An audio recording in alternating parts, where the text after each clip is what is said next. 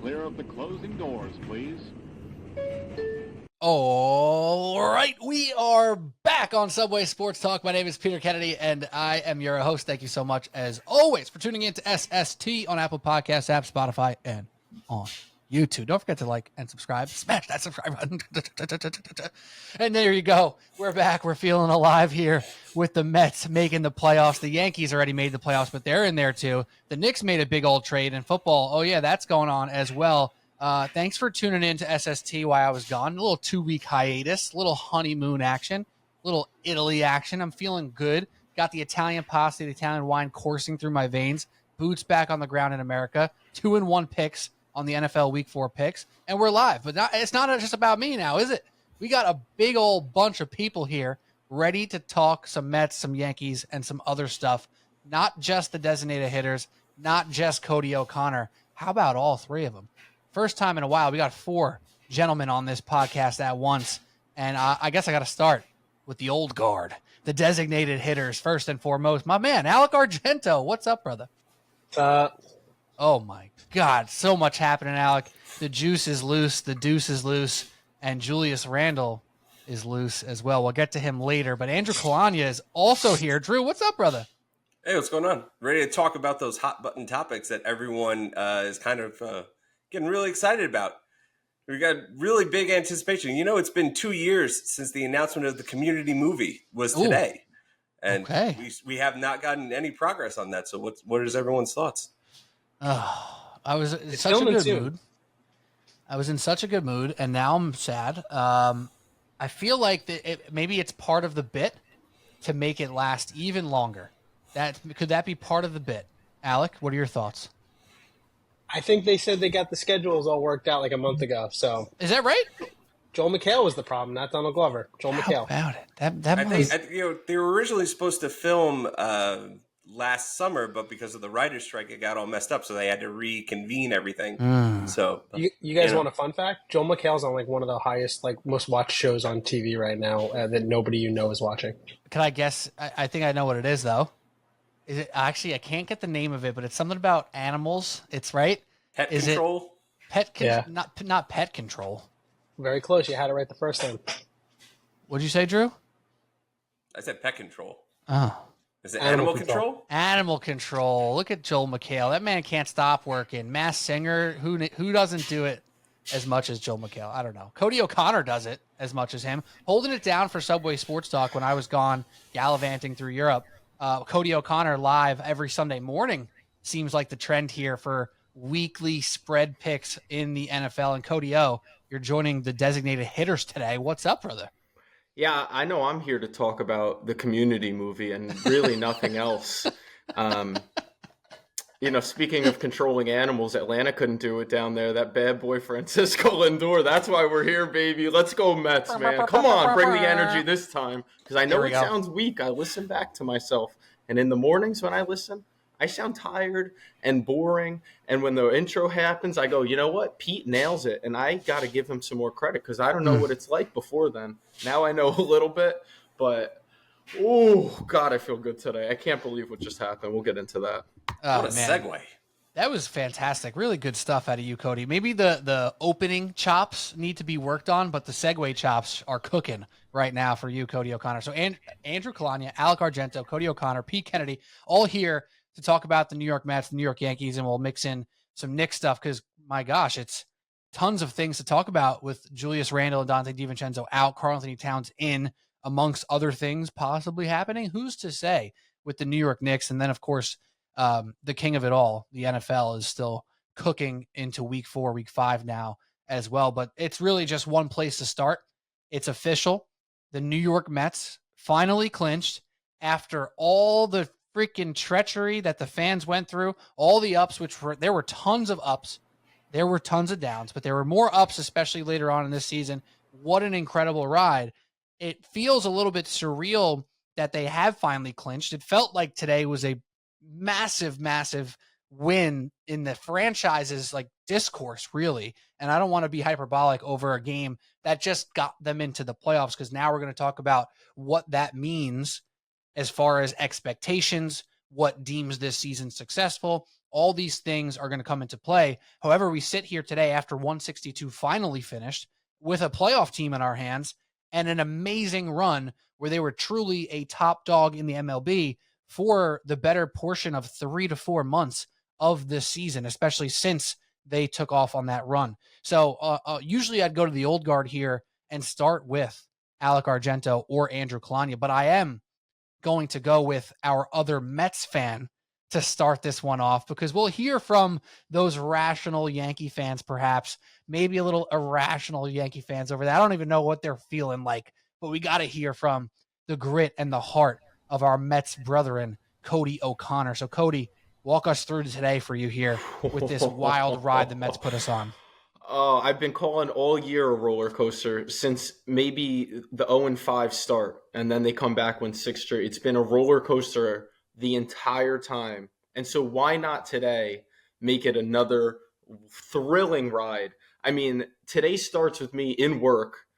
Full disclosure, I'm a phys ed teacher, and so I'm in the gym, game starting, and weight room is right next to me with some windows to peek through. So I hop in, put the game on SNY, back to the wall, and I'm kind of peeking in every now and again, just seeing what's going on.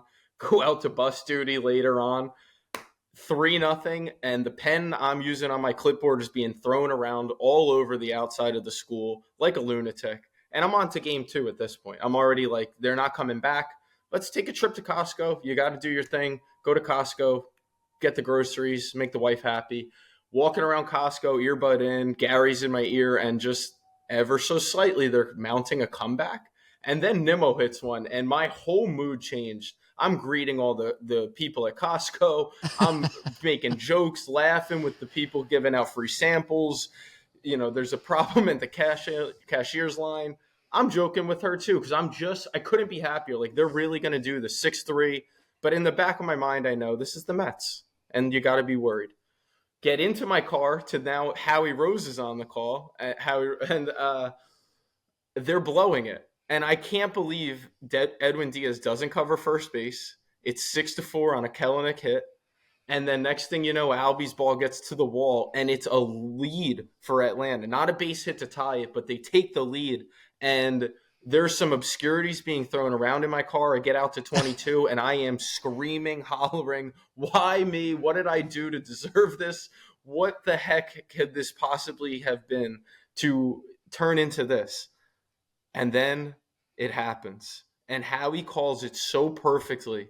A long fly ball, high in the air, skied by none other than Lindor, wins it, get home to see the final out. I was in all different places, emotions everywhere, and I just can't believe that after all that, sorry for the long story, but after all that, I walked out of game 1 and the Mets were in the playoffs. They exercised so many demons that there were in that house of horrors of Atlanta. Even just talking about it again, I'm excited again and like jittery. It was unbelievable, and just something that doesn't happen to the Mets ever. Not on that side, not that way, and not against that team. Yeah, you encapsulated it perfectly, Cody. And the thing with the Mets is, whether you're a Mets fan or a Yankees fan or just a fan of baseball and sports alike, you're saying to your Mets fan in your life, maybe you're the Mets fan saying it to yourself or to your own friend group, saying the Mets are going to lose this in the most Met way possible. The Mets are going to Met. This is what they do. How apropos if Jared Kelenic is the one who gets a hit off Edwin Diaz. How freaking Metsy of a loss would that be? But this Mets team didn't Mets.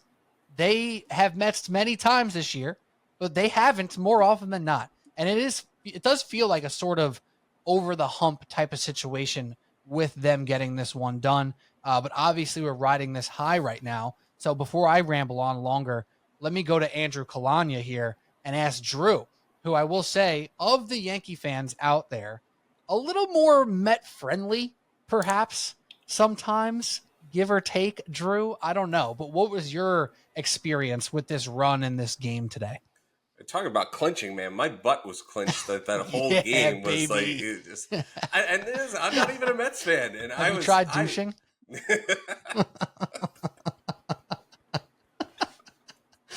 You knew it was coming. Come on. No, I haven't, but I'll check it out. God, yeah, no, that was as a third party observer, like I was feeling that emotional roller coaster with Mets fans today, and I'm not gonna lie, I got a little enjoyment when Diaz didn't cover first base, and I was kind of texting you and my other Mets friends, and I was like, this is low key kind of the worst way you could possibly lose this game. But then when Lindor hit the home run, I was jumping up and down too. Like, I was right around there with you. I was enjoying the lows. I was also enjoying the highs at the same time. Yeah, the butt was clenched, unclenched, clenched. It was all over the place. It's usually how it goes. Yeah. It was a wild ride. I was actively rooting against them, but that's just me. Oh, come on. I feel like you dropped that LGM in the group chat. I like to be part of things, and that was really the only reason I did that. Like to feel included. I do think before the LGM that you dropped, you sent in a text along the lines of like, I had a lot of drafts. how Mets would this Mets loss be, or something along that line. So yeah. I have two questions. Okay, Go. So Kelenic hits his home run. That's a heartbreaker right there. If Darno hits that, hits a tie, I think there was a guy on base at the time. If Darno does that, is that even worse, or is Darno so far removed from being a Met that it doesn't matter anymore? Well, it sucks because he's crushed the Mets since he's left. Right. So he's just dominated against the Mets since the day he was no longer a Met. But it is removed enough where it's like, all right, he's been not a Met longer than he's been a Met, if that makes sense. So for me, at least, it's like I wouldn't have cared that it was Darno more than I would have cared that the Mets lost. Yeah, but the Kelenic one was definitely weird, and I'm glad that he didn't actually do anything that special to win the game. My second question. Hold on. Kelenic, because it was the trade with Diaz, would have hurt really bad. Really bad. That together would have been are you perfect brainstorm. Even though Kelenic's batting 190 on the year, but he gets this hit against Diaz. They traded him to Atlanta too at the same time. It's not like they traded, they got Diaz from Atlanta and Kelenic to them. It was Kelenic's been on 3 other teams before he got to Atlanta. So, but the poetry was there. For sure. All right, question number 2. Hypothetical, Mets lose game 1. There's no shot they win game 2, right? The Diamondbacks are totally going to the playoffs if they lose game 1. The Mets being the Mets, not on paper, not hey, we're resting everyone. Mets lose that game. It sure felt that way, yeah. And then soon as the Mets win game 1, you're like, all right, do they just kind of go out there and give it to Atlanta now?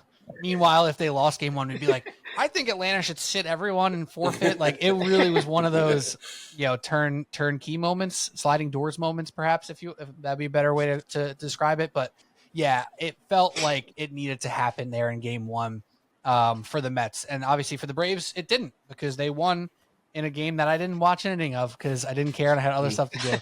On the Cody story front, I had an interesting one quickly, and we'll get into more breakdown stuff. But I had it up on my computer. And again, this is my first day back in work. I work at a school. To take off 2 weeks in September is it's just not something that you should do. Right. So I did it. I don't teach any classes. I kind of was able to get away with it. So I'm out for 2 weeks, come back my first day. I'm like, I got to watch this game. I mean, listen, the Mets have got to make the playoffs here. So I'm watching, not going great. Mets are down. I'm like, ugh, God, haven't seen my boss since I got back. So I'm like, you know what? Let me just go say hi to him. I know he's free right now. He goes, oh, sit down, tell me about your honeymoon, blah, blah, blah. So we're talking. I'm like sitting there having a nice conversation with him. Back of my head, I'm like, God, they probably lost it by now. It's probably over. This sucks, but nice conversation with the boss, man. Walk back to my office, check my phone. Oh my God, Nimmo hit a home run. Oh my God, it's 6-3 or 6-2, 6-3 now? 6-3. And I'm like, oh my God, they're back. I'm like, Lou, you're a good luck charm. The Mets, they're back, baby. And all of a sudden, now I'm back in my office. He's gone, and they give it up. I'm like, you gotta be kidding me. No joke. He calls me on my phone from his office. I pick up. Hey, Lou, what's up? He's like, hey, quick question for you. And as he's talking to me, Lindor hits the home run. And I just say, oh my God. And he's like, what? Is everything okay? And I'm like, yes, you're good luck. You did it. And I'm like, the Mets have a winner go home. He's not a sports fan either. I'm like, the Mets have a winner go home playoff game today. And he's like, oh, my son told me about that. Sure. What's going on? I'm like, they just hit a home run. I went nuts, and it was just my God, I might need to bring him over my house now to watch every game with me for the Not rest if of the he's not a playoffs. sports fan. What a nerd. Well, listen, not everyone is that locked in. You know what I mean? And he ain't listening to SST, so that's all good too, as well. Unless like his kids do or something, which would be bad. Yeah, he was talking about you on the podcast today. I think it's positive enough though, except for He's not Alec my boss. Argento calling him a nerd. That's all good. We love him. Shout out, big boss man. All right, back to the specifics of this game and what's happening and what this means and all that stuff. So I think I want to start with Francisco Lindor because I think he deserves the shout. And truly, you can draw back the success of this season to that one moment where they moved Francisco Lindor to the leadoff spot. His season changed. You can argue his Mets career changed. And you obviously make the argument that the Mets season changed. When he moved to that spot, their offense went from a stick in the mud to one of the best offenses, most complete offenses in the major leagues. They truly became a team that can come back from deficits, a team that can put people away, and all of a sudden they were rattling off wins and racking up one of these best records in baseball from that point and on to the rest of the season. So I think we could all put aside the fact with Francisco Lindor and the contract and living up to the hype and not being the best shortstop in baseball since he's joined the New York Mets. I think that's fair enough to say that stuff's all gone. I know I've mostly been on the positive side of looking at Francisco Lindor as a Met basically since he's gotten here, but I know that took some arguing and some fighting. Now, no more. Everyone who's anyone, haters and lovers alike, are looking at Francisco Lindor as the second MVP in the NL, right? We're not going to go down that road. We know what Shohei did and all that stuff. Great. This season for Lindor, in our lifetime, as Mets fans or just appreciators of the sport, is this something to say is one of the best seasons for a Met player, like in our lifetime here? Drew, I'm going to go to you as a little bit of a baseball historian type. Is that fair to think that Lindor, his 2024 season, is truly one of the best performances of a Met in our lifetime?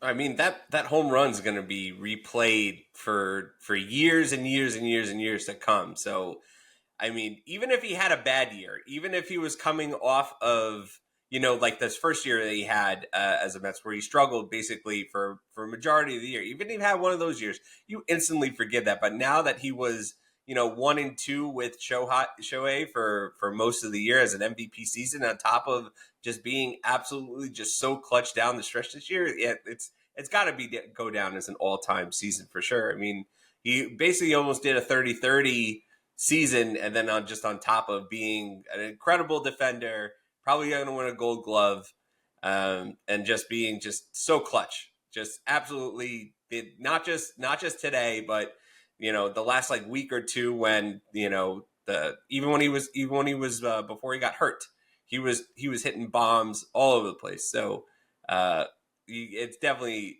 very fair to say all-time great Met season for sure.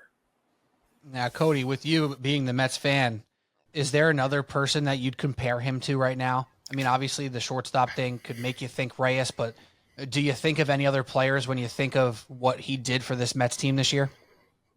The closest best season is not a position player. It's Jacob deGrom. The Mets don't have Right. a single MVP in their team's history. So Lindor being that close with Shohei Ohtani's 50-50 season, and obviously we know Ohtani's going to win the MVP, but that's not really the discussion. It's not Lindor versus Ohtani. It's what Lindor did and meant for the Mets.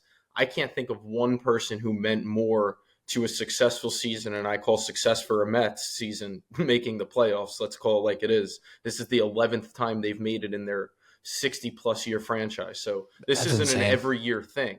So this is a successful season, and the guys you compare him to, the 2006 group was kind of the trio, if not, if you want to say even maybe four guys, but Delgado, Beltran, and Reyes and Wright, so four. 15 was the second half of Cespedes after he got traded, but the offense was pretty much lifeless before then. And 2022, you had Pete break the RBI record, but it was a 101-win team that got contributions from many places. No guy has meant more to a single season success than what Lindor did both sides of the ball this year. And I mean, Andrew hit it so perfectly. How clutch he's been all year. I mean, really, since that spot, he's been the guy, the catalyst. Nobody, again, has meant more to their team's success in Mets history than what Lindor did in 2024. Wow. Alec, anything to add to this Lindor conversation?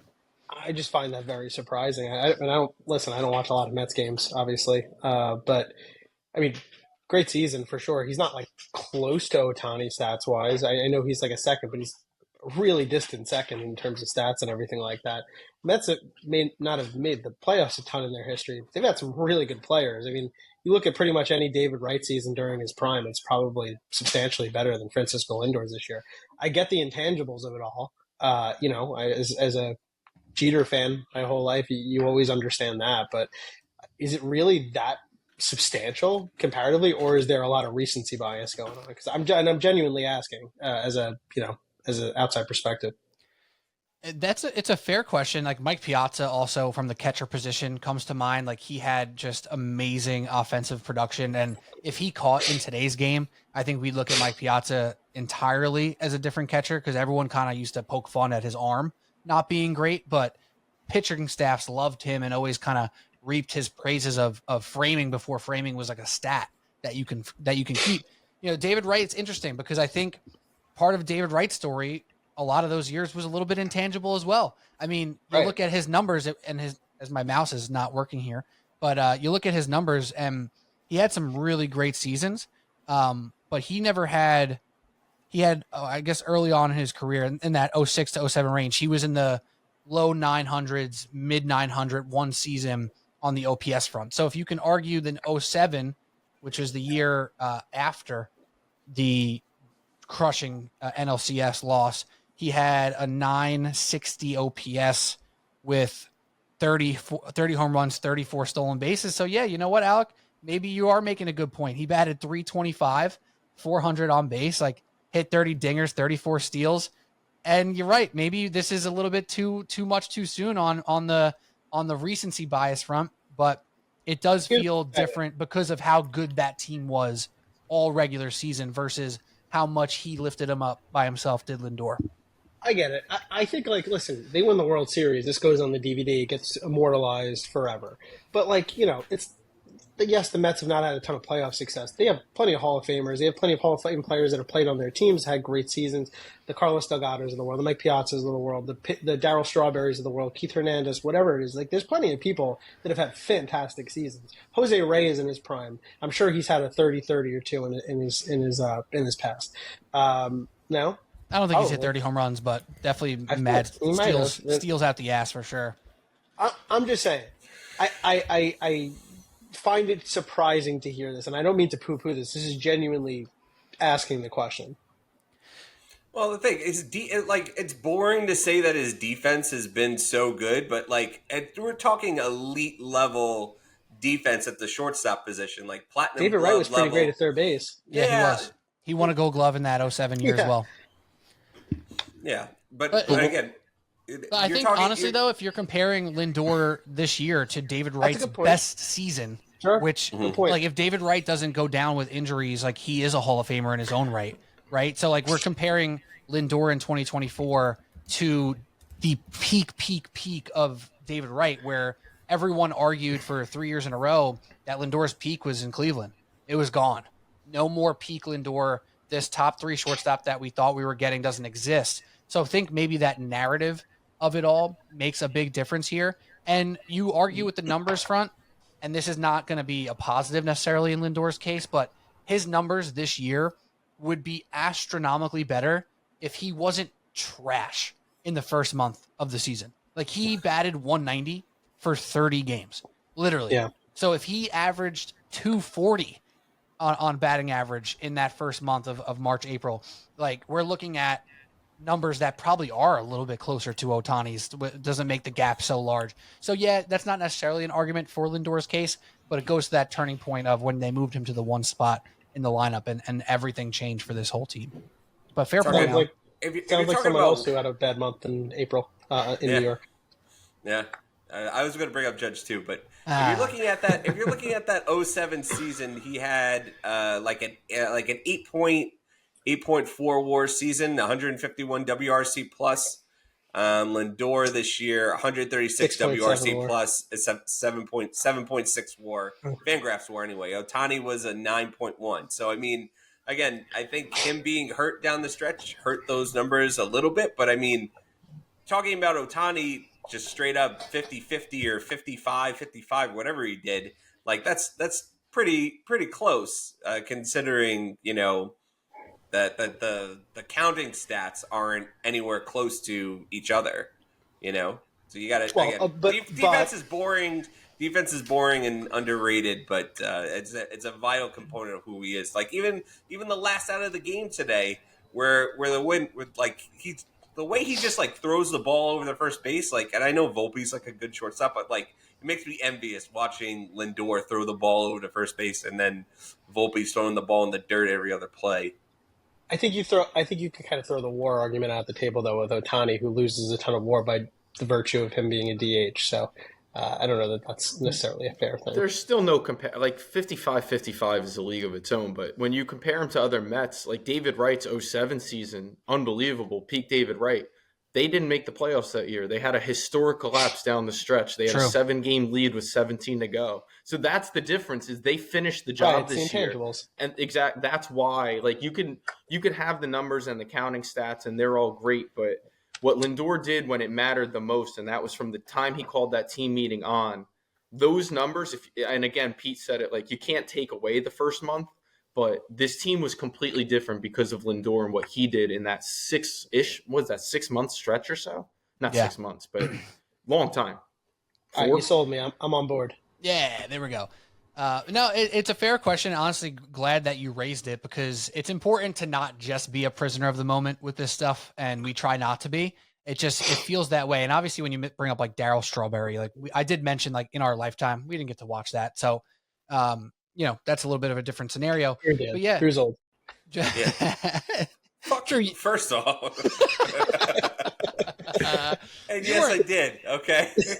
What were you 2 years old in '86? No. No, I was born in '87, buddy. I was gonna say, like, come on. Not even close. All right. But obviously it's also a little bit crazy to just say the Mets made the playoffs and it was all Lindor. It's the only reason why we're here. That's obviously not the case. There were a number of other players, pitchers and hitters alike, who did more than their job to be clutch, to put up numbers, to do all sorts of stuff. My curiosity is, where do we go to next? Everyone's so clear that Francisco Lindor is the driving force, the MVP, numerically, metaphorically, everything in between. Who's the second guy for each of you that stands out? And obviously you guys could share the same one, but you know, even if someone says you're second, go to your third or whatever. But who, Cody, to you, was that second guy on this Mets squad who just meant the most numerically and everything in between? I was ready to give you the answer of like David Stearns.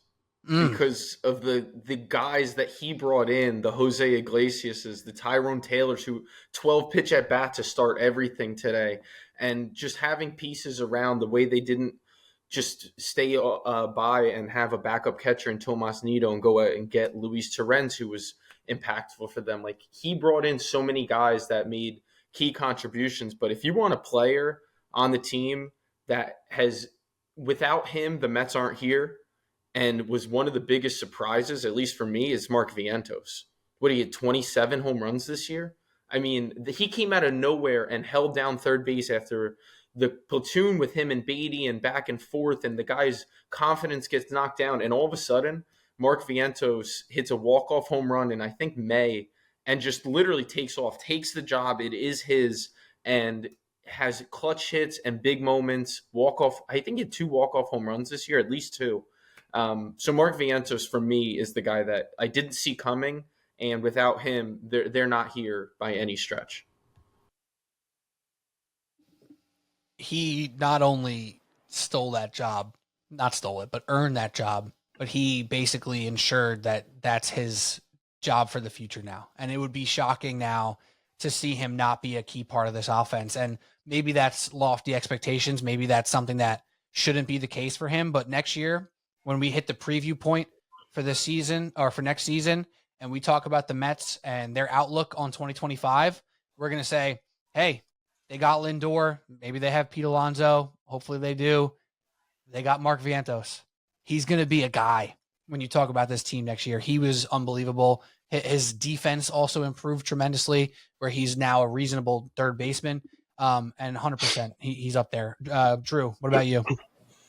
Oh, we're talking about a guy who literally at the beginning of the year wasn't even on the team, who was at last year had literally one of the worst seasons in like Mets history, and we're talking about David Peterson in the rotation, man. Like 2.90 ERA, 21 games start, 121 innings, good strikeout numbers. You know, he got his command under control. He's pitched a bunch of big games for the Mets, and you know, like you could say there's definitely no ace on the Mets. Hell, I might even argue there's not like even a number 2 type starter on there. But I think David Peterson is the closest thing you have. I feel like going forward. I mean, Minaya and Quintana and Severino, those are all great veteran guys, innings eaters, and that basically that entire rotation has done so well this year, surprisingly, going in. But David Peterson, such a bounce back candidate for the Mets that you got to feel really good going into next year, having him being one of those 5 guys in the rotation. Yeah, his stretch too down the second half of the season where it was something like 8 quality starts in a row or something like that, where he was just kind of cooking for a long stretch of time there without him kind of shoring up that rotation, as good as some of those other guys were, or as consistent as those guys were, because they weren't all great all the time, but they were very consistent. The Peterson stuff was just enormous. Alec, anyone stand out to you on that front? Yeah, it's not a player. It's Jeremy Hefner, the pitching coach. I mean, the fact that you're able to get 180 innings out of Severino and Chaminade, 170 innings out of Jose Quintana, all sub 4 ERA, and then get someone like David Peterson, Tyler McGill to be contributors throughout the year. Who the hell expected that going into the season? I mean, that's incredible with what he's got. So, I mean, that's a huge win this year for them. Yeah, David Stearns' big thing was developing pitching, and man, whatever magic he sprinkled in there, like it worked. It worked spectacularly. And you don't want to look over to the offseason now, but with Corbin Burns becoming a free agent, I mean, like that's like just a match made in heaven for the Mets. But you have to love what the entire pitching staff has done all year.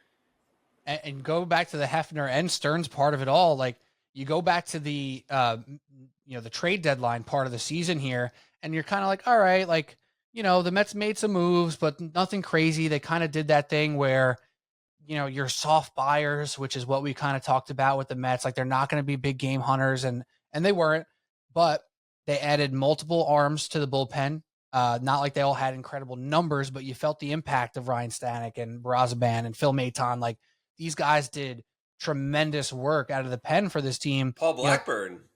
Paul Blackburn, Danny Young. Like, and with all the injuries that this Mets bullpen dealt with, like Reed Garrett looked like in the beginning of the year, he was going to be their best reliever by a long shot. And then he misses, a huge chunk of the season. Diaz up and down, misses a chunk of the season. Then he's back and he's looking good. And again, their numbers, if you look at like the ERA for these guys, never going to look that amazing. None of them had full complete seasons where you look at one bullpen arm and say, oh my God, that guy was locked down all year long. But the wealth of talent that they had in the pen, it did change. And you went from watching the Mets and saying they're due to blow any game to then saying, wow, this offense is actually good and they're going to come back from any game or they're going to hold this lead. Like you felt a different type of confidence with this team, and it kind of goes all around to the staff and the GM, the pitching coach, the whole nine. Mendoza too, as well, of course. And then, you know what? I think offensively, it's a little bit more difficult to pick out a huge one, but you got to give Jose Iglesias a shout out, not just for the Oh My God song, which obviously had its worth, adding some life to this team when it needed it most. This guy hit 340 for this team and played just electric second base, third base, wherever they needed him to play. Jose Iglesias is one of those glue guys, one of those utility weapons that truly was a weapon, right? You always think, oh, You need this guy who can play multiple positions, but they might be below average. Maybe they'll be clutch here and there. Like, no. Jose Iglesias, 83 games played, batted 340. It was incredible. It wasn't just like some veteran like Juan Uribe in 2015 who didn't hit well, but he had the moments. He played good third base. Iglesias was really freaking good. And he wasn't in the lineup every day, but it felt like he was. It felt like his presence was felt. So he absolutely deserves a shout out there. All right. Go ahead. How many vibe things did like the Mets have this year? The Mets had so many. You had the rally pimp, you had Grimace, you had the Hawk Tua, you had OMG. so many OMG. Like you doing a concert on the field. Like there's so many like vibe things. There's like vibe catchers to just like catalyst like this team forward, just like constantly. Like I remember like it was so miserable at points during the summer being a Yankees fan. Then all of a sudden, like I look over and there's like they're having one of the players is singing on the field. like the vibes at points during the summer could have not been polar opposite for the Mets and the Yankees. And Alec, do me a favor. Wild. Rank the vibe things I hate for it the all. Mets I hate it all. From worst to even worse. They're all terrible. This is one thing I always hate about the Mets. It's all gimmicks. There's no like actual like class or substance to everything. It's like whatever gimmick's going to get me 10 more people into the stadium for a week and a half, and then it moves on to the next one. They've been doing this like my whole life. I hate it. I can't even rank it. I won't even dignify this with the game. Grimace was there today. He was present. Yeah, I know. I watched the game. It was ridiculous. It's embarrassing as a Mets fan. Oh, yeah, the Mets have fun. Oh, cut your hair. Boo-hoo. We don't have fun winning championships. I like Wendy's better than McDonald's anyway. Maybe other people have seen him, Alec, but it's been a while.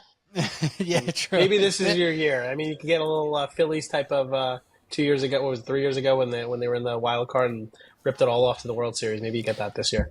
Yeah, probably not. We're gonna talk about the classy Yankees who were miserable and sucked for all the half the year and still won the most games in It's the not AL. even just the Yankees. I didn't like when the Knicks would do the bing bong thing after the 3-pointer. It's ridiculous. It makes you look like an embarrassment in your own city. I hate that stuff. I'm Alec and I don't like having fun. I don't. Strictly business. I made $6 million last year. These are my 3 tips to get you there. How much do you pay in taxes? Go. No, I hear you. And as a Mets fan, sometimes like us reasonable Mets fans, which I like to think me and Cody are a little bit, you get a little bit like, we're really going to ride the Grimace wave. How far is it going to go?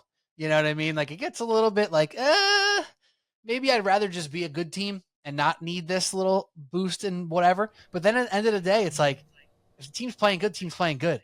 And I think the "Oh My God," if I had to rank them, the song, absolutely number one by a mile to me, because the sign, the OMG sign, listen, it's a song. It's also just an exclamation that everyone uses. OMG, can you believe it? That's crazy.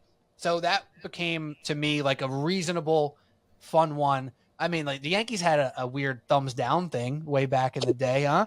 And then everyone's going like this, thumbs down because I hit a freaking double. Loser. Grow a beard. How about that? Stupid Yankees. You're setting yourself up for a disaster. This is like when trumpets got played and then Edwin Diaz got his. That one sucked too. It's all icing now. They've done what they needed to do. No matter what happens, unless they get like 10-0'd in 2 straight games, there won't be embarrassment. This is what being a Mets fan is. It's like celebrating making the playoffs as if it was the World Series. Like, of course we'd rather not have gimmicks and be a good team that makes the playoffs every year. Of course I'd rather that, but that just wouldn't be the Mets. It's just not who we are. It's true. It's very true. And I got to say, the trumpets thing as well. Annoying that one season where it became big and then Timmy Trumpet himself was in the stadium like playing it. I'm like, this is going to end bad. I know it's going to end bad. And then it went downhill immediately after that. But it's like the boat pick for the Giants. I hated that one, so I'm on board with that. I hated that in the moment, so I feel you on that. Mm-hmm. But if they win, then who gives a shit about the boat pick? You know what I'm saying? But they don't, because that's you set yourself up for something. That's always what happens. Bing bong, they did it. They sucked for the next 2 weeks after they started doing it, and they removed doing that. The boat pick, they lost that game. They haven't been good since. You know, trumpets. You know, we know what happened there. Like all that stuff, it always has a lifespan of it, and it never ends well. There's never anything that works out well long term with those things. And that's why they had to move on to like 4 different ones this year. They diversified their portfolio. And they went up, and they went down, and they're like, fuck, we got to get Hawk Tua in here to throw out a first pitch. Like, come on, we got to do something going on here. As someone who made $6 million last year, Alec, you should know they diversified their portfolio. Okay, I don't know what that means. How much did you pay in taxes? Seriously, no. But the trumpet song, the trumpet song, at least I think it passed through the other side where it's cool again. Like when Diaz runs out in a big moment at home, like it's kind of fun again. I'm back in on the song. There's no problem with having a walk. I Enter Sandman for 35 years. The Mariano Rivera. That's fine. It's the big spectacle. Metallica was never out there right before he went into the game. Would have been cool though. That was just his last. How sick would that have been? Metallica in friggin' what's that place called in Yankee Stadium with all the statues or the busts? Monument Park. Monument Park. Yeah. Oh, you guys got a Monument Park, but we can't have Grimace? Unbelievable. But if Metallica was in Monument Park ripping Enter Sandman, that'd be pretty cool. What about Texas Rangers with Creed last year? Wasn't that a whole thing? They won the championship. That's true. I remember that. Creed was in soon, by the way. Yeah, the Creed came out and they performed. I think it was like Game 1 of the World Series or something like that. The Creed resurgence since then, by the way, astronomical. I heard the PNC has never been so packed than for Creed this summer. Just saying. Bet you didn't think you're getting that tidbit. Baby. I bet you didn't think you were getting that tidbit here today. All right, let's relax. I'm down. Pay your taxes. All right, let's make some predictions here. Let's make some predictions here for this actual playoff because we got to get to the Yankees and some other stuff too. So now that we covered the whole Mets extravaganza that was 2024, amazing run, it's time to kind of like figure out and put your money where your mouth is when it comes to what the expectations are for this team. And perhaps that's the best place to start. So, they made it. That was an amazing game, one that usually feels like it goes the other way for the Mets, and it didn't. But now the playoffs start today. They're here. We're live with MLB playoffs starting like a few hours after this podcast is out. So what is to you? I'm going to go to you first this time, Alec. I like how I said that, Alec, with like a little bit of tude there. What is now a successful run for the Mets here in the playoffs? What's a reasonable expectation for them moving forward? I mean, it's all failure unless you win a World Series.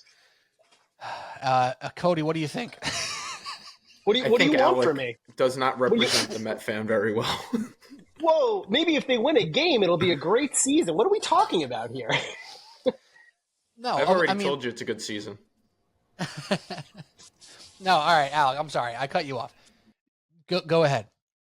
No, I genuinely feel, as someone who has watched a bunch of mildly good Yankees teams in the past 15 years that get to the ALCS, what does that get you? It gets you to the ALCS and everyone forgets it, and maybe they remember a Game 7 that you lost or something like that, or you almost had it.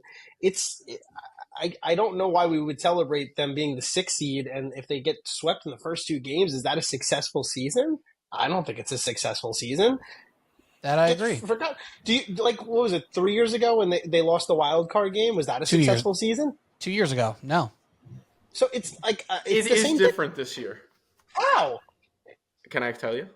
Yeah, please. I would love to hear it. That year, they were into Atlanta up to win the division, blew the division, didn't win anything after having 101 wins. Different expectation. This year, 11 games below 500 in May, season's over. Jorge Lopez threw his glove into the crowd and then said this is the worst effing team in all of baseball and then got DFA'd that night. And from that night, they turned into the best team in baseball miraculously out of nowhere. And they went into Atlanta where this team has owned them. Think you're a Giants fan, right, Alec? Think of what Dallas has done to the Giants for the last 10 years. And you tell me that if the Giants don't go week 17 into Dallas in a win and get in game and make the playoffs and exercise some demons, that you can't look at it as some sort of a pretty successful season, because that's what this is. A team that has completely owned their asses for my entire lifetime.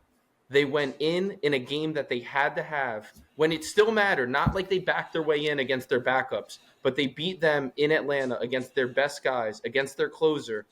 That matters for something to say this team is a little different, and going forward, we can actually do something like this. So I understand the argument. I do. I'm a Knicks fan, right? When the Knicks go and they lose a playoff game in the first week, like, I get that. I really do.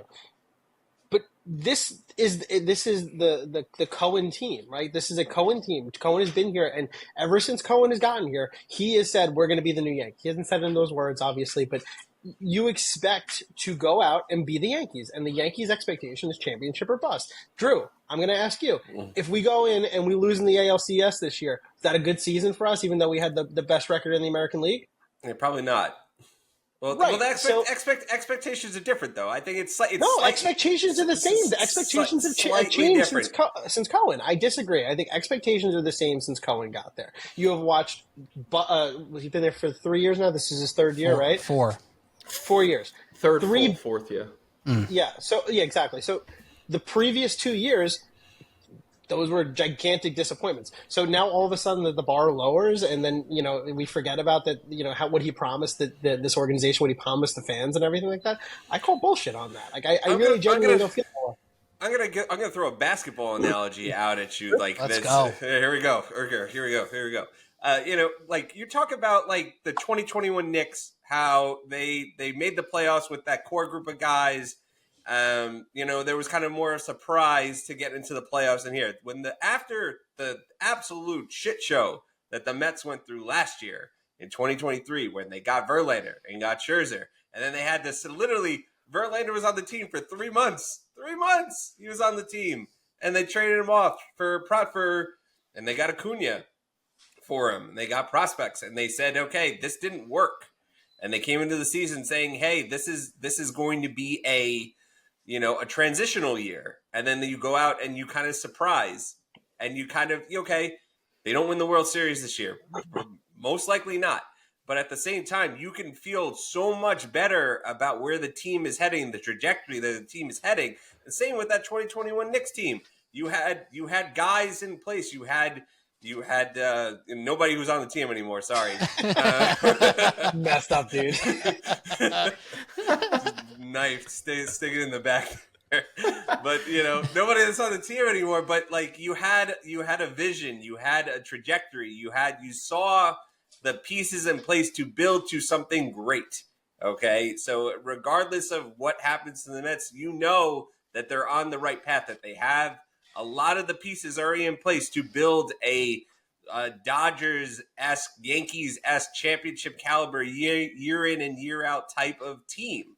So I think that's what it's mostly about, rather than the actual results. Like, of course, you want to win the World Series. That's an absolute given. But I think, given where the Mets were last year and the beginning of this year, and where how they started the season, it's about seeing the progression.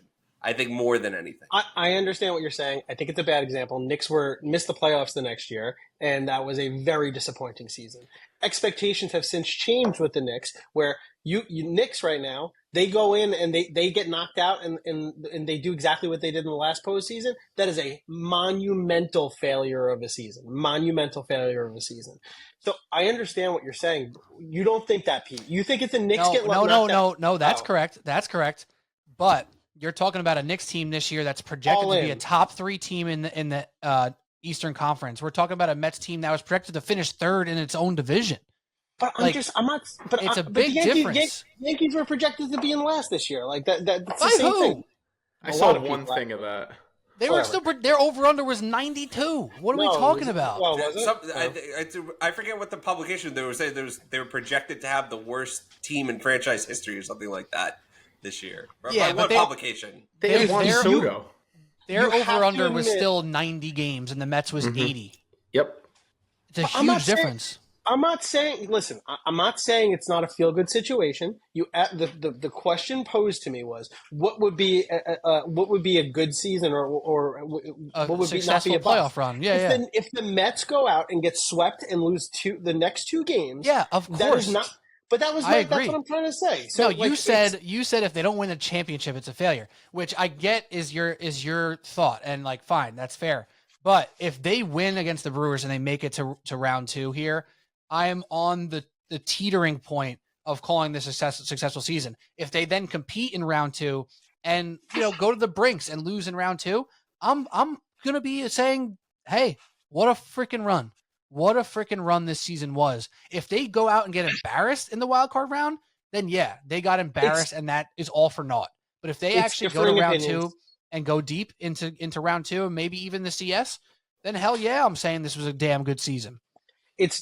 I understand I disagree with everyone's opinion. I understand it though. Don't be respectful. Don't respectfully disagree with me. But what I'm trying to say is, when you're the Mets now, and what they have been advertising to the world for the past couple of years, you are no longer the Mets. You're not like how the Knicks were when it was cute and it was exciting, and you got there, like you spent a ton of money on this team. This isn't a team that has like a low payroll, this is a team with a ton of money invested into it. You are now in the same tier as the Dodgers, the Yankees, the Astros, maybe the Red Sox some years when they decide they actually want to, have an organization that makes sense. But like your expectations when you're in that echelon is that you win the World Series. I think I'm not making this argument, but I think an argument can be made that this season is a failure because they sold everything from last year when they invested everything. Like, that's a failure, right? You got last year was a failure, right? But obviously. so the fact that you're going into this season losing all of the big guns that you put a lot of money into, there can be an argument made that this season, by virtue of that, from before like the first pitch was thrown, that's a failure of a season, right? Because if Hal Steinbrenner and Brian Cashman did that to Yankee fans, it would be immediate, and we just snuck in the last second. That would be a failure of a season, no matter how far we went, as long as it wasn't a World Series. And I think the Dodgers would say that, Dodgers fans, and I think Astros fans would say that, and I think Red Sox fans would say that. Anybody who's in that echelon, and I believe the Mets feel that they should be there. And if I was a Met fan, I would erase the last however many years of your life and look at the last 4 years, and that's 30 how years? I would do it. Whatever it is, however many years it is in everyone's lives that's been watching this team. So. But don't you think the Mets need to earn calling themselves or being in that echelon? They haven't earned anything just because they have a high payroll. They haven't won anything. So to me, they're not. You don't think that Steve Cohen kind of put, like, as an outside perspective, he put the expectation out there. So and he put the money. He put he put pen to paper on it. So those two things, I think, it's getting them there. That's why they had to make the playoffs, because this is like the step of, we're getting into that echelon, but they're not there. They don't belong in the conversation with the Dodgers or the Yankees until they at least make the playoffs back-to-back years. They should with the money. Yeah, they absolutely should, but they haven't, and they don't. So, like, you're basically comparing the Celtics to the Knicks 2 years ago, not now. Like the Mets are now where the Knicks were 2 years ago. Right. Not where the Knicks are now. Like when Brunson's first year before this past year was year 2, the year before that was year 1. That's where the Knicks are now. And I know you can argue like timeline wise it's different, but it's not really that different because first Brunson year, the first Brunson year, you weren't talking about the Knicks with the Celtics. But like let's look at it this way. All right, so we're using the Knicks as an example. Please. So the Knicks just put a ton of money. They lost all their draft capital. They are putting all their chips in. The Mets did that last year, right? It's very different, but yes. Just listen to me. The Knicks go in this next season. Like, let's say they have a shitty season and they underachieve, and then they have to get rid of all their assets and they have to go back into a rebuild. Do you think next year, no matter what happens, if they get an 8th seed, do you think that that's a success, or they get a play-in and lose in the play-in round? Do you think that that's a successful season? No, that's a failure of a season because they went all in the year before and it blew up monumentally in that example. I think that's a more apt situation. That would be signs that their rebuild and their blow-up was the right decision and that they're on the right track again. But the fact that they had to blow it up after a year, that makes it was smart season. That makes Yeah. last oh season. my god, the mental gymnastics. All Here. right, Drew, come on, Drew. But Stearns wasn't there last year. This wasn't Stearns' team last year. Like that was Right. somebody. That was somebody else. Putting the stuff together. It wasn't Stearns' idea to sign 2 40-year-old pitchers and have them be your staff aces. And look what happened to Verlander and Scherzer this year. Scherzer pitched like 20 innings, and the Mets saved like $35 million of having to pay because Verlander couldn't pitch. I'm not either. saying Like, it wasn't right to do that, but they spent a lot of money the year before thinking it was the right thing to do to get them in the first last place. year a failure, not this year. Yeah, it doesn't make this year a failure. I think it's all part of a spectrum, and it all exists at the same time. And each If it was the year same, affects if it was the next thing. same guy running the team, if it was the same people, decision makers, I guess I would get on Alex's side here. But David Stearns has been nothing but a blessing for the Mets so far. So I can't say I agree with you there. All right, well, hold on. Let me get back in here because we were supposed to talk about the Yankees about 15 minutes ago. So let me just run through this real quick, and then we'll finish off our thoughts here on the Mets and get to the Yankees here. Right now, the series odds for the Mets and Brewers are minus 135 to win the series. The Mets are plus 115. So they are underdogs to win this series, only slightly, albeit. So, again, back to that question. You guys can mix this into your answer. Clearly, we know Alex's side of the bargain here. But Drew, minus 135 for the Brewers, plus 115 for the Mets. What are you thinking for the Mets outlook here? In terms of if they're going to win the series, I mean, I think they'll definitely win at least one game. I feel like they'll probably win tomorrow. I mean, Severino is a very clutch. He's shown that he's healthy and effective, so I feel like he's a very clutch pitcher, and he'll be able to give the Mets seven strong innings tomorrow. So I feel like they'll definitely get a W there. But after that, we'll see. You'll see how if Quintana or who, I'm not sure who they have lined up for games 2 and 3, but we'll see if Quintana or Minaya can keep up the kind of magic. But I know Severino's going to absolutely bring it tomorrow. So would you bet 1 plus 115 or no on the Mets? Yeah, probably not. All right, Cody O'Connor. I wouldn't either. The fact of the matter is, in 6 games this year against the Brewers, the Mets have been completely outclassed by them. They've gotten run all over. They haven't looked good. The last game they won was not against the Brewers A lineup by any means. So it's funny because it's the team that Stearns built over in Milwaukee against the current Stearns roster. But I think if they win a game and don't get blown out, I'm telling you, I still consider this a success because of what it meant to get over that hump in Atlanta. I don't think I can overemphasize just how important that was for the Mets to be able to do that against that team. So I think that if you wrote it up on paper, you'd probably want to face the Brewers. It's just, it sounds nice, we're not playing the Padres, but the Brewers are a damn good baseball team, won over 90 games, and they kind of remind me of the 15 Royals a little bit. They're scrappy and they play nasty. They have a great bullpen. They have a really good starting staff, and they have a bunch of guys who, when they get on, it's instant pressure on your staff. Those guys getting into the stretch now have to worry just a little bit more about the stolen base, and that adds a lot to a staff. So the Brewers put immediate pressure on you. I'd be surprised if the Mets got out of this series. I really would. If they go into Milwaukee after these circumstances with the back and forth flying and all of that, I would be surprised if the Mets won the series. Call me negative, call me what you want, but that's my realistic expectation, is that if they win one, don't get blown out, I still consider this a successful season. I think you guys are all bitches. You didn't ask me. I actually think the Mets are going to win. Oh, there we go. I love it. I was just kidding anyway. I do think Drew is on something, though.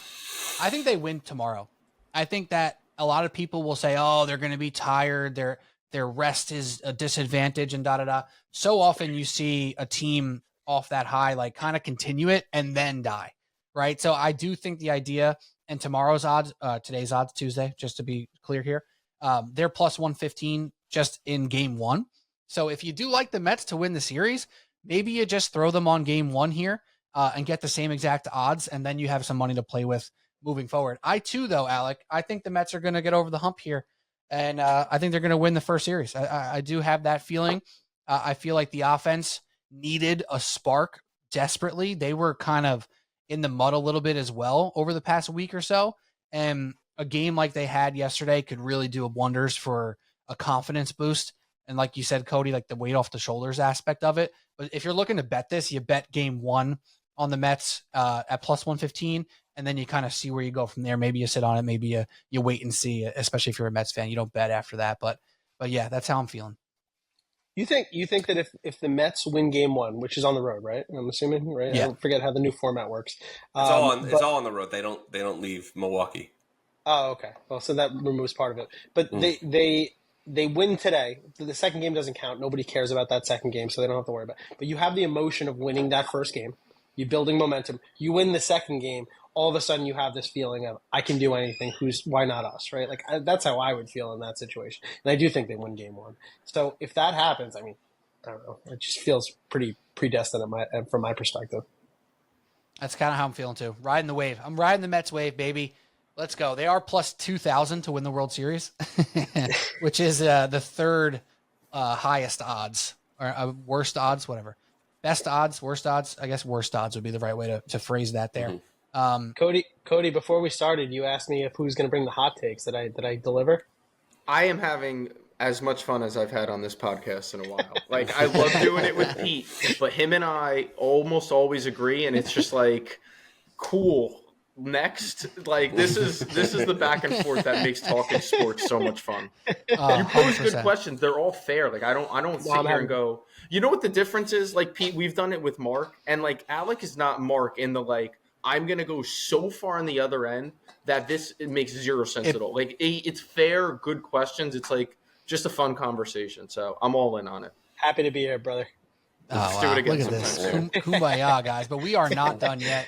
All right, so me and Alec are on the Mets to win the first series. Drew and Cody are not weenies, but whatever.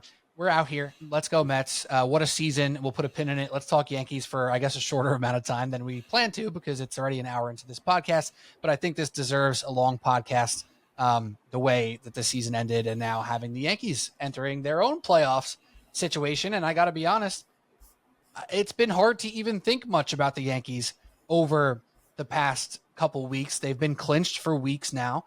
They have been kind of rolling. They've been playing good, and it's a weird thing. So before we get into series specifics and whatnot, Drew, let me give you the floor here because it really was a weirdly consistently inconsistent Yankee season. I don't know how to frame it exactly. There were just too many times we had podcast titles saying the Yankees are cooked. What the hell is going on? And yet they won the most games in the AL and they got to the AL East title with relative ease by the end of the season. So what are we even feeling? What are we thinking about this Yankee season and going into the playoffs? I mean, you mean the most wins in the American League with like 94. Like, let's not talk about how it's like a 100-win team or something like that. This is the lowest, I think, a team or the lowest amount of wins for like a league in like decades. So let's pump the brakes a little bit there. But I mean, the lineup at times I think was the most inconsistent part of the Yankees season. I mean, you had Soto and Judge, which was great, but Austin Wells didn't really establish himself until the second half of the year. Gleyber Torres started the year at the leadoff spot, kind of struggled a bit. They brought him down. And then they kind of were trying to throw Volpe in there, trying to find anyone kind of desperately to kind of sandwich in between Soto and Judge, where it came to like a tipping point where it was like J.D. Davis was batting fourth behind Judge. I forget who was leading. I think it was DJ LeMahieu batting leadoff or something like that. Jermaine Jones. Jermaine Jones. Oh my God. We podcasted, I think it was like the night of when that happened, where it was Jermaine Jones and J.D. Davis. And I was like, these people have no business being on the Yankees. But then, and that was also when Stanton was hurt. So you kind of had all the right pieces kind of coming together at the same time offensively. So Gleyber Torres, when he got moved back up to the leadoff spot, he turned his season around after going to the leadoff spot. And then Austin Wells established himself as the best catcher in the American League East, at least. And, I definitely better than Adley Rutschman. I'll say that right now with the straight face. And, trading for Jazz Chisholm. And, they didn't really get anything from left field or first base for most of the year. But aside from that, a lot of the guys, kind of all the pieces have kind of all come together right at the same time. And Volpe, even, I don't think he's hit as much. And I'm kind of down on his bat overall, but I think batting him at the bottom of the lineup, has been beneficial for him as well. So, and Dominguez, I don't think they gave him enough run to kind of see where he's at, but I feel like he's got to be the starter going into the playoffs. And it's again, a lot of the pieces have come in later in the year, kind of coming all at the same time. Cole as well. Started off slow, but over his last 11 starts, I think he had an ERA under 2. So they kind of put everything kind of is coming together right at the same time for the Yankees. So you got to feel really good going into the postseason, even if it's a wounded American League team. That I think they got a best chance as anybody to actually make the World Series this year. I think it's funny, Drew, that you mentioned something I was going to say, the 94 wins. The Yankees were winning 94 wins no matter what this year. And it just happened to be the one year that they lucked out and had the best record in baseball with it. This is, to me, this is the same team that we've been seeing for the past 15 years, just like a moderately better than average type of team that probably gets knocked out in the ALCS by the Astros again. So, yeah. So, Alec, that sounds like you're much more negative here. Like you're not feeling good about the prospects here, because even with your argument, the AL still not as strong as those other years, right? So even though the Yankees are just the 94 win team you expect them to be, the rest of the AL isn't the 100 win team you may have expected them to be. Well, I think that's exactly right. I think that this is their best chance to win a World Series in a really long time. Absolutely, right? Absolutely. You go into the playoffs and one or two big hits is really all you need to win most of these games. And you have two players on this team who are still going to get theirs. Aaron Judge is going to get his, and Juan Soto is going to get his. You also have some players like Stanton who typically really show up in the playoffs, and and Wells has been a revelation this year. I don't really see that going down, where he's at in the order in the playoffs at all. The pitching is always pretty great and for the Yankees in the postseason, outside of a couple games with the Astros, and they always have the right management and the quick hooks and everything like that. So I think that this is their best shot as ever. I think the Astros are a different and worse team than they have been historically. I think that the Orioles, you mentioned before about the Brewers with the Mets record during the regular season. You throw that out the window when it gets to the playoffs. So the Yankees and the Orioles have had our number all year, but I'm really not super worried about that when it gets there. They're young, they're inexperienced, and that usually shows up when you get to the postseason. So outside of that, am I worried about the Royals? Absolutely not. Am I worried about the Indians, the Guardians? No, I'm never worried about an NL Central team unless proven otherwise. So I think that this is a good shot, but I'm sure that every other team is saying the same thing about the Yankees, on their end. So the Yankees do have the best odds to win the AL. They are plus 180 to win the American League, followed by the Guardians at plus 350, Astros 370, Orioles plus 500, Royals and Tigers 1,000 and 1,100. So they're the favorites. And it's a weird way to be the favorite when all this stuff happens throughout the season, where there's a lot of is this team good enough? Are they good, consistent enough? Can they hit? Can they pitch? All these question marks throughout the year. And we sit here with October tomorrow, and they're the best odds in the American League to win it all, with a first round bye, which is a great thing. So it's a weird spot to be. You don't know who you're playing obviously yet, right? Because it reseeds in baseball, if I'm not mistaken. No, they're either going to play the winner of the Royals and the Orioles. So you get the Royals or the Orioles, and could you argue there's one better than the other? Probably you'd rather play the Orioles, I guess. I'm sorry, the Royals probably on paper, but yeah, for sure. End of the day, the Yankees should beat both of them.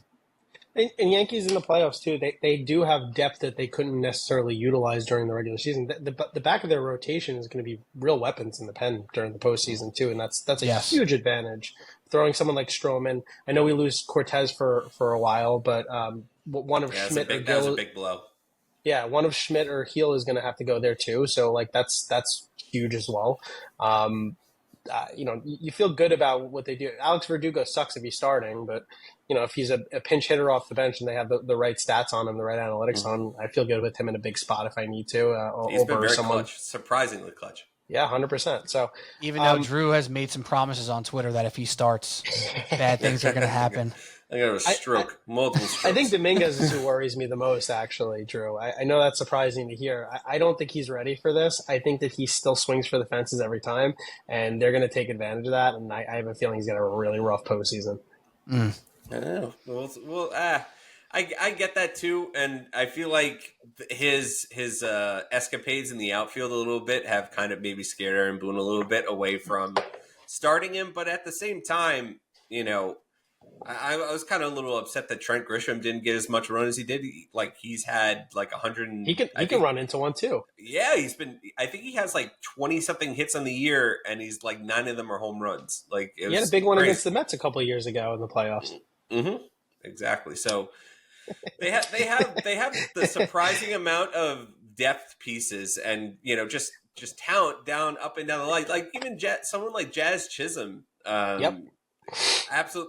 Absolutely filled in that void at third base, with a lot of energy and the speed that he brings to the lineup too. So there's a lot more talent here, 1 through 9 than there was even halfway through the season. So you have to feel pretty good how the Yankees are offensively. It's not just Soto and Judge, even though a lot of the year it was just them, and then they were kind of piecing. They were just so good that they were literally carrying the team, just the two of them. But now it's not the case. Now it's very much a complete circular lineup. Yeah. Do you think that they have to I think my biggest question is, how do they treat Judge in the playoffs? Do you think he's going to get that Bonds-esque treatment that he's been getting all year in the playoffs, or do you think they have to actually pitch to him in earnest? I think it really depends on Soto. I think it really depends on Juan Soto. If he gets on base in front of him, you almost have to you pitch around him, and then you have 2 runners on for Stanton and Wells. So two guys that'll definitely hit the ball out of the park, and Stanton, who's incredibly clutch in the postseason. So I really feel like it all depends on Glaber and Soto in front of him. But if bases are empty, no chance Judge is seeing anything to hit all postseason. And it's weird because Judge's numbers in the playoffs are, they leave a lot to be desired, if we're going to be honest. However, he does seem to hit a home run every playoff, every series. You know what I'm saying? So his overall stats in the playoffs, he's not batting great numbers. His average, his OPS, obviously it's all small sample size because it's not that many at-bats. But he does seem to hit a home run every series he plays in, right? So you kind of have to still treat him like Aaron Judge, but he has to prove something. He has to prove something. I get what you're saying. You're not wrong, but I'm not worried about it. I agree with you. I'm worried. I'm not worried about it. He's had the best offensive season I've ever seen, not including an obvious steroids player. Best right-handed hitter season ever by right-hander ever. Under the radar, too, to be honest. Kind of unappreciated under the radar because the Yankees have been such a weird case this year, and Shohei's mostly because of Ohtani. Yeah, I think that's Shohei's got the counting stats that are more sexy right now. No, what's sexy is Judge has 130 RBIs. Yeah, we're all going to yell at each other and agree. He's in the 7-7 club. We're all going to agree that Judge is better. No, of course, but who's talking about Judge's RBIs? Nobody. It's I'm just saying it's sexier numbers. That's all I'm saying. Sexier. 144 RBIs this year. I think Shohei Ohtani is cuter than Aaron Judge. I said it. So does the MLB. Watch him tweet. They love Ohtani. Oh my God, they love Ohtani. Yeah, it's ridiculous. So much. Yeah, but the 700 club has never been achieved, right, Joe? Or there's 2 members of it, or something like that. 700 sluggy and 700 at bats. It's crazy. I think there's 2 or 3 guys in that. Guess what? And he actually plays defense. Mm-hmm. Someone else doesn't do. Couldn't agree. Lindor's the MVP. Yeah. Oh no. Oh yeah. I couldn't agree more. I'm just saying it hasn't been a praise fest for Judge. Maybe they blew their praise for Judge in the past couple years of his specialness. When pitchers are facing him in the playoffs, they're not treating him as the guy that he's not that great in the playoffs. They're going to be treating him as 2024 Aaron Judge, and he's going to be getting the same things that he's been getting all year, and he's been well prepared for it the entire season.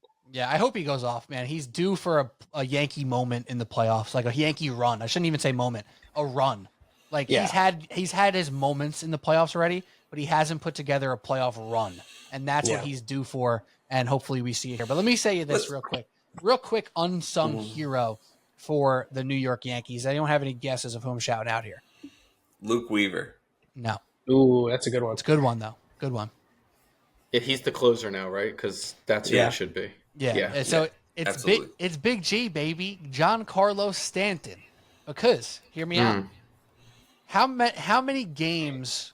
All right, let me tell you this. He's played in. Oh, let me get the exact number here. He played in 100 and he started 109 games this year. How many do you think they? Great season for him. Great season for him. How many do you think they won in that 109? Just take a guess. 65. Whoa, that was cool. weird. 70. So they were 70 and 39 in games that Giancarlo Stanton played in, which means that without Giancarlo Stanton in the lineup, the New York Yankees were 24 and 29. That's ridiculous. I know it's one player. I know there's a lot more aspects to that, but it felt like a huge void in the lineup without Giancarlo Stanton, and it shows. 24 and 29 without Big G in the lineup. 70 and 39 with Big G as a starter. That's ridiculous. Listen, the pressure got taken off Stanton this year. He didn't have to be the Juan Robin.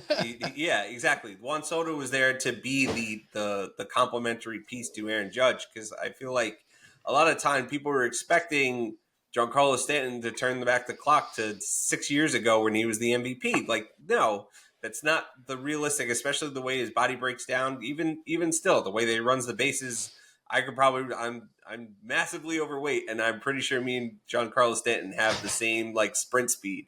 So, and stuff like that. So, but at the same time, he got to have a good season, just like I think it's WRC plus is like a 115, 120, something like that, like a above average good season. Stay on the field relatively the amount of time that you would like. Basically, everything you could have asked of Giancarlo Stanton this year, he kind of did. And the Yankees needed those complementary pieces. Again, Stanton and Judge and Soto are going to do all the heavy lifting, but now you have Gleyber Torres, you have Austin Wells, you have Jazz Chisholm, you have Giancarlo Stanton, you have Volpe at the bottom of the lineup.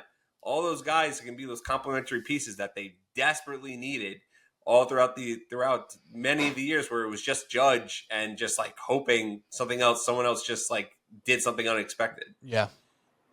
Yeah, it's been great for him, and obviously we can run through all the pitchers, but at this point, it's like we'll wait for the Yankees series to be established, and we'll hop on, do another preview, some more specifics and stuff like that. So let me just ask you this question here.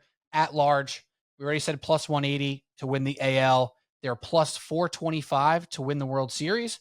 The odds aren't super juicy when you're the favorite for your conference there, or your league, I should say. Dodgers plus 360, Yankees 425, Phillies, Astros, Guardians, Orioles kind of round out the rest. Phillies 475 for reference as well. Any number there that sounds good enough to even throw a wager on, like plus 180? Do you love it? Plus 425? Do you love it? Where do you think the Yankees end up at the end of this playoffs here? No, it all comes down to they're going to play the Astros again in the ALCS. Like it's going to come down to it. It's very much like the 2009 team where they couldn't beat the Angels for the longest time, and they exercised those demons to get there. This is the year where they have the best shot to do it. And the one thing that could stand in their way is the Astros pitching, where they have a ton of lefties, and the Yankees all year didn't really hit lefties, so great. So that's literally the only thing that can stand in their way. But, it was very much a statement kind of series to start off the year where the Yankees went into Houston and just beat the piss out of them, like just to start the year. So I think it's time to exercise those demons and to feel pretty good about putting numbers, putting money down on the Yankees, at least making the World Series this year. Alec? I can't. It's a house of horrors. Like until proven otherwise. Like what I said before about the Indians, until the NL Central does something, I don't believe in them, and I just can't. I've seen it like 4 times at this point. The Yankees lose to the Astros in the ALCS. it's always a heartbreaker. They never had a shot. There's always something, and I couldn't put money on it. And the second I put money on it, they're getting swept. So I'm not going to do that. Cody O'Connor, how about you, the non-Yankee fan? Chime in here. Yeah, I actually looked at these odds a couple days ago. Like, can I get a good number on Houston? Because it's almost like what Alec is saying. It's just the opposite side of it, where it's like if you're betting on Houston, you're betting on a proven track record. And the number's not great. I think, what did you say, is plus 380 or something like that? 360 something? For what, the Astros to make the World Series? Yeah. Yeah, to win the AL. It's just, it feels very wide open. A 94-win team won the American League tells you it's as wide open as it's ever been. You guys said all the things I would have brought up. Like, is this the best Yankees chance? My opinion is yes. Not because it's the best Yankee team, but because around them isn't as good as it's been in years past. But that's still the Astros, and it's still largely the Astros. It's still Jose Altuve and Alex Bregman and Yordan Alvarez and all of those guys. So they have to get past that just like the Mets had to get past Atlanta, that's what the Yankees have to do with Houston. And I don't think I can back it. Not at plus 180 either. To win multiple series in baseball, in the wackiest sport that there is on planet Earth, you're only getting me less than 2-1 on that. As a bettor, I don't even want to touch that number. I would rather back the Yankees game to game and try to stack my money that way rather than take them largely to get past it. But I do know this: they'll be in the ALCS. I can bookmark that. That's easy. Can I give a little sweetener that I actually just convinced myself that the Yankees are going to win it? Yeah, please hit me. I've been saying forever that the Yankees and the Celtics are identical franchises. Same. That there's a ton of playoff success. Haven't really done anything since like the sports were integrated. Like that kind of thing. Last time the Celtics won was 6 months before the Yankees won in 08, right? With Kevin Garnett and that whole team. And then the Yankees won in 09 right after that. I'm booking it. Book it. I love it. I love it, Alec. I think that's fantastic because I agree. We've been talking about this for years, Alec. We've been doing this podcast for 5-6 years. I don't even know how long. And we talked about Cashman and Danny Ainge and how similar they were. Now, granted, the Celtics did move on from Danny Ainge, and the Yankees haven't moved on from Cashman or Boone. So maybe that's the only thing holding you back here, but I don't think so. I kind of like your thought process there. I think the Yankees are due. In the world of due, boy, are they due. And it would actually be apropos for them to win the World Series the year where you're like, this team's not even that good. When we've been watching this team saying, damn, they're a juggernaut. Look at this offense. Look at this pitching staff, the baby bombers, blah, blah, blah. And you're like, disappointment. Now this year, you're like, all right, I don't know if they're that good, but pretty good shot. Let's see what happens. Boom, they win it, which is kind of like the Celtics this year. Best team all year. And everyone's like, looking for every reason to pick someone else. And then you're like, it's the Celtics. And that might be the Yankees. And look at the field of play in the NBA in the East this year. They didn't really play anybody that was that scary. The Yankees aren't really playing anyone that's that scary. So, this was the worst road to the championship ever. Might be the worst road to the World Series ever. Yeah, I mean the Celtics definitely were more dominant during the year, but besides the point. All right, very good baseball stuff.